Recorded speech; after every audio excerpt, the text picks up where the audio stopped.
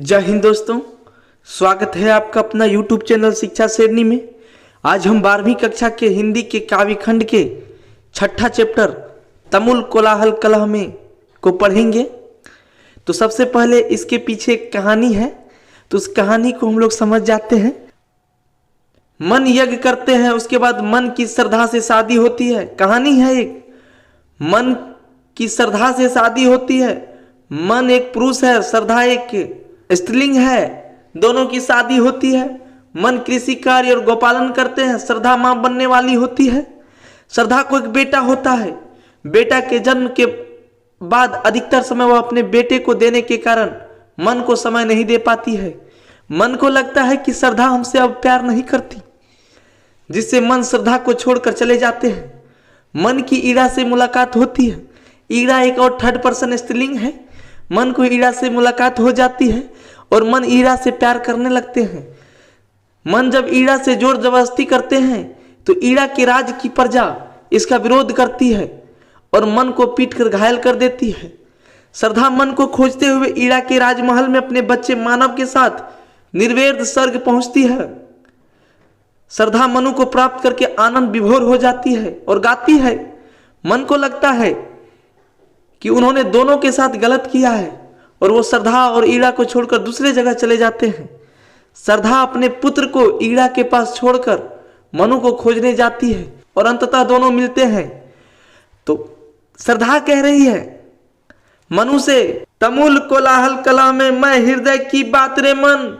श्रद्धा मन को पाकर कहती है कि रे मन, इस अत्यंत कोलाहल में मैं हृदय की बात की तरह हूं। रे मन, जब तुम अत्यंत शोरगुल कलह में रहते हो तो मैं तेरा हृदय की बात बन जाती हूं। रे मन, विकल होकर नित्य चंचल खोजती जब नींद के पल, चेतना थक सी रही तब मैं मलय की बात रे मन।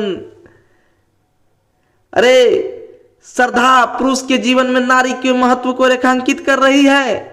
कहती है, अरे जब पुरुष दिन भर की भाग दौड़ और मन की चंचलता के कारण थक जाते हैं, उसका चेतना थक सी रही होती है, तब मैं मलय की वातावरण बन जाती हूं उसे आराम देने के लिए। अरे उसे विश्राम देने के लिए मैं मलय पर्वत से चलने वाली सुगंधित हवा की तरह हो जाती हूं। कौन कह रही है ये बात? ये बात मनु से कह रही है श्रद्धा। श्रद्धा कह रही है कि जब पुरुष दिन भर की भाग दौड़ और मन की चंचलता के कारण थक जाते हैं,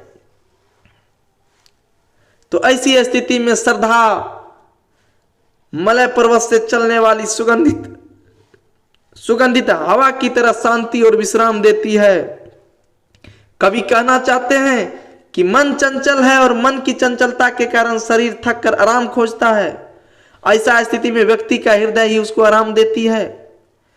श्रद्धा कह रही है कि जब तुम चंचल हो जाते हो, जब तेरा मन चंचल होकर नींद के पल खोजने लगता है, अरे जब तेरा चेतना थक सी गया रहता है, तो उस समय मैं मलय पर्वत से वो सुगंधित वातावरण बन जाती हूं जिसमें तुम आराम करते हो।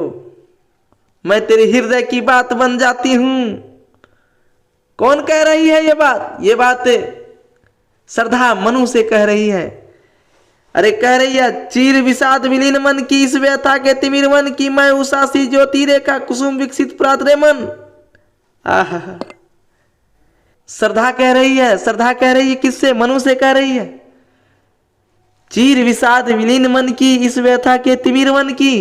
हे मन, जब तुम अत्यंत टेंशन में रहते हो, तुम्हें ऐसा लगता है चारों तरफ तुम्हारे अंधेरा छा गया है, जब तुम अपने आप को अंधेरा में दबे महसूस करने लगते हो।